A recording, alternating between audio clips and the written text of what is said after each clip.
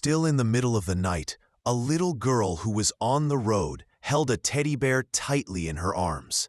Then, suddenly, something ahead caught her attention. She stopped for a moment, then started running toward whatever was drawing her, shouting the name Teddy. Her father, who was nearby, tried to stop her, telling her to wait because she might fall. But it was too late.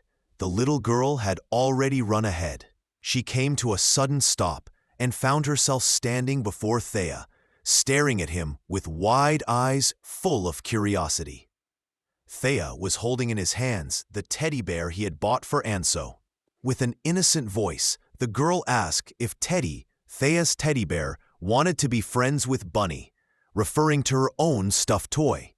Her father, standing beside her, felt uneasy in front of Thea's calm and dignified presence. Embarrassed, he quickly apologized, nervously explaining that his daughter was still young and didn't mean to bother him. But Thea, instead of being offended, played along with a gentle smile. He knelt down softly to the little girl's height, pretending that Teddy really did want to be friends with Bunny. He spoke in a calm tone, asking if Bunny would like that too. The little girl's face lit up with a sincere, pure smile. Then she asked if Teddy could give Bunny a hug as a sign of friendship. Thea nodded softly, replying that Teddy would love to give Bunny a big hug. A short distance away, Anso watched the scene in silence. Her eyes lingered first on the little girl's joyful face, then slowly moved toward Thea. There was a warmth in his smile that stirred something deep inside her. Suddenly, a buried memory rose to the surface. She remembered that moment, the time when he had done exactly the same thing. If she had ever been a mother, maybe things would have been different. Maybe she wouldn't have felt so empty. But her hopeful thoughts had long since been shattered by reality. She remembered the day the doctor had told her something she didn't want to hear, that she no longer seemed able to tell the difference between not wanting to come back and not being able to come back. Those words had pierced her like a blade, and now as she remembered them, she lowered her eyes and turned slightly away, hiding her expression behind Tha. Thea noticed the change in her mood. Her silence and distant gaze did not escape him. But he chose not to say anything right away. When they began to climb the stairs together, he finally asked if she wasn't feeling well. Anso gently shook her head, saying she was fine. A moment later he asked again, this time hesitantly, if she was angry with him. She replied softly, but distantly, that she wasn't. Trying to lighten the mood, Thea lifted the teddy bear and made it move against her neck in a teasing way, promising that if he had done something wrong, he wouldn't do it again. He insisted playfully, asking her to tell him what was wrong. But Anso answered calmly that it had nothing to do with him. She spoke softly, adding that some things just weren't easy to explain.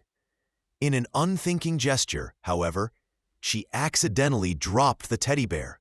It fell down the stairs. Seeing it lying on the floor, Anso panicked and tried to pick it up. But Tha, who had other intentions, caught her wrist and gently pressed her against the wall. His voice grew lower as he told her she was still thinking about him, referring to Minol, the man she wanted so much to forget. Anso looked at him, guilt shining in her eyes. She apologized in a barely audible voice, unable to deny it. Her silence said everything. Tha stared at her in disbelief. His voice trembled slightly as he repeated himself, unable to understand that she didn't even try to deny it. Just moments earlier, everything between them had felt so light. He remembered their laughter, their teasing, and the time they wrote on the wall, playfully crossing out each other's names like children. For an instant, the world had felt simple again. Tha had truly believed that at least in that moment, it was just the two of them. No past, no pain, only them. Overcome by emotion, he leaned in and kissed her. The kiss deepened, filled with a desperate desire he could no longer contain. Anso felt her heart race as a strange warmth spread through her body trembling under the sudden wave of emotion.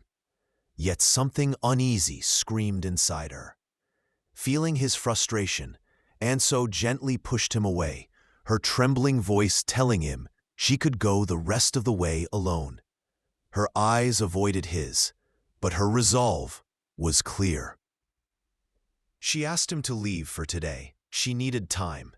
Thea stood still for a moment, his gaze fixed on her face, as if the world had just collapsed onto his shoulders.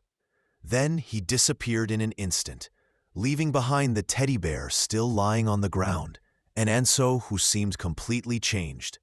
He only said quietly, "Get home safely," his voice calm but heavy with restrained emotion. Elsewhere, a guard was making a report, explaining that the two young masters were doing exceptionally well. He described the elder as not always very diligent, but naturally sharp, with excellent financial sense and great adaptability. Then he spoke of the younger one, the one who used to follow Thea.